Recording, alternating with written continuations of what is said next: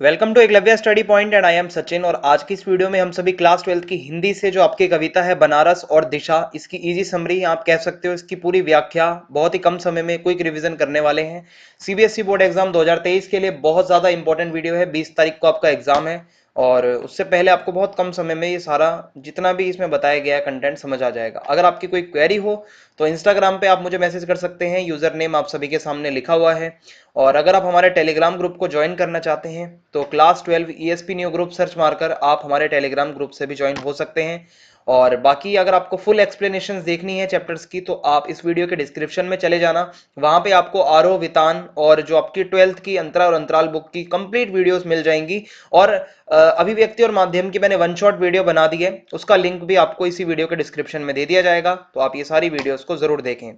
सबसे पहले बनारस कविता की रिवीजन कर लेते हैं। इसकी जो एक शॉर्ट समरी है वो देख लेते हैं।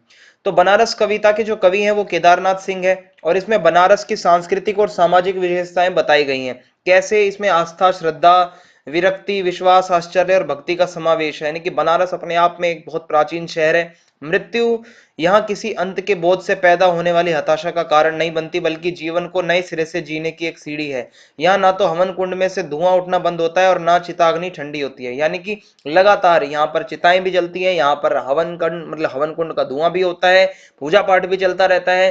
तो ये इसके बारे में कुछ बताया गया है। तो इसकी साप्रसंग व्याख्या देख लेते हैं। अगर ये आता है कि जो है वह सुख भुगाता सा लेकर कटोरों का निचात खालीपन। सो इसमें कविता के अंदर ये बताया जा रहा है बनारस शहर के बारे में। तो जब वहां पर सांस्कृतिक परिवर्तन आते हैं तो मतलब कुछ एक जीवंतता आने लगती है, कुछ सुखबुगाहट होने लगती है। यानी कि आप कह सकते हो कि सांस्कृतिक परिवर्तन जब होता है वहां पर तो पूरा वातावरण जोश से भर जाता है। जब आदमी दशाश्वमेध ठीक है दशाश्वमेध घाट पर जाता है तो उसे महसूस होता है कि गंगा के निरंतर स्पर्श से घाट का पत्थर भी मुलायम हो चुका है। यानी कि जब गंगा नदी लगातार बहती रहती है तो घाट का जो पत्थर होता है वो भी वहां से कट कट के मुलायम हो चुका है। यानी कि कोई कितना भी पत्थर दिल आदमी हो वो भी यहाँ पर आकर मुलायम हो जाता है। और मैं आपको बताऊं, भिखारियों के कटोरों में एकदम खालीपन रहता है। लेकिन आप यहाँ पर देखते हो कि जिस टाइम पे यहाँ पे एक टाइम आता है ऐसा कि भाई बनारस के अंदर जो भिखारी भी बैठे होते हैं उनके कटोरों में भी दान दक्षिणा आने लगती है। वो एक टाइम आता है जब लोग बहुत ज्यादा आते हैं। जो है वह खड़ा है बिल्कुल बेखबर। सो कविता ने मतलब यहाँ पे अगर आप देखो कि कवि ने ये बताया है कि कैसे एक तरफ आधुनिक लोग भी हैं, प्राचीन लोग भी हैं। तो कवि कहता है कि बनारस की प्राचीन आध्यात्मिक संस्कृति है, आस्था, विश्वास आदि वहां के लोगों के जीवन में समाया हुआ है और उसे किसी बाहरी सहारे की जरूरत ही नहीं है। शहर को ध्यान से देखने पर पता चलता है कि वहां एक और जन समुदाय सामूहिक रूप से पूरी आस्था और श्रद्धा के साथ साधना में लगा रहता है और दूसरी ओर मृत चिताओं के अंतिम संस्कार की क्रिया भी अनवरत रूप से चलती रहती है। जीवन भी है, मरण भी है बनारस के अंदर ही। तो ये इसमें बताया गया है। कवि कहता है कि बनारस में जीवित मनुष्य की आस्था व भक्ति युक्त आध्यात्मिक क्रियाएं बिना किसी सहारे के चल रही हैं। यानी कि लोग लगातार वहां पर आते हैं, पूजा पाठ करते हैं और जो मर चुके हैं उनको थामने के लिए आग, पानी, धुएं के तथा आदमी के प्रार्थना में उठे हाथों का सहारा मिलता है। यह शहर जीवन और मृत्यु के एक निरंतर क्रम की ओर संकेत करता हुआ दिखाई देता है। बनारस एक ऐसा शहर है जहां पर अगर व्यक्ति जिंदा है तो भी उसको सुकून मिलेगा, अगर व्यक्ति मर चुका है तो भी उसको यहाँ पर मुक्ति मिलती है।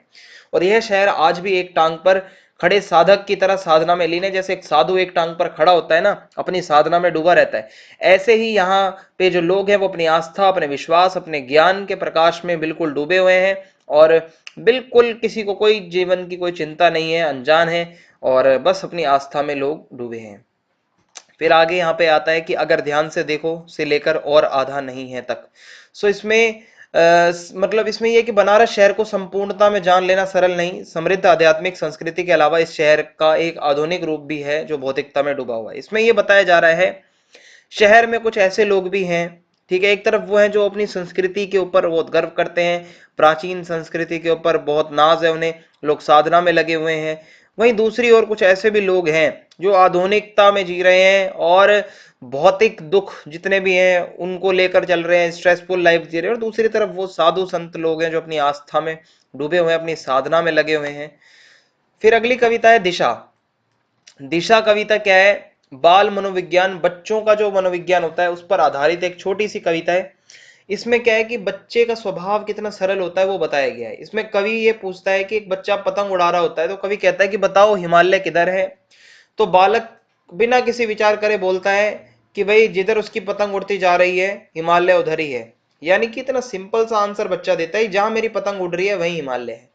कवि इससे ये सोचता है कि हर किसी का अपना एक यथार्थ है, अपना एक दृष्टिकोण है, अपना एक पॉइंट ऑफ व्यू है। और यहाँ पे अगर आप यहाँ पे देखोगे कि इतना सिंपल सा आंसर दे दिया कि भाई हर किसी का अपना एक दृष्टिकोण होता है। कवि को ये बात समझ आ गई। जैसे बच्चे दुनिया की हर चीज को अपने ढंग से देखते हैं, उनका केवल अपनी छोटी सी दुनिया में ही सब कुछ होता है। और ज्यादा उसने सोचा नहीं हिमालय उत्तर में है, दक्षिण में है या कहाँ है, उसने सीधा कह दिया जहां मेरी पतंग उड़ रही है वहीं मेरा हिमालय है। सो ये बहुत अच्छा लगा कवि को। सो इसी के साथ ये रिवीजन खत्म होती है। अगर अच्छी लगी वीडियो तो आप कमेंट करके जरूर बताएं, चैनल को ज्यादा से ज्यादा सब्सक्राइब कर दें और वीडियो को ज्यादा से ज्यादा शेयर करें। जय हिंद, जय भारत। मिलते हैं अपनी नेक्स्ट वीडियो में।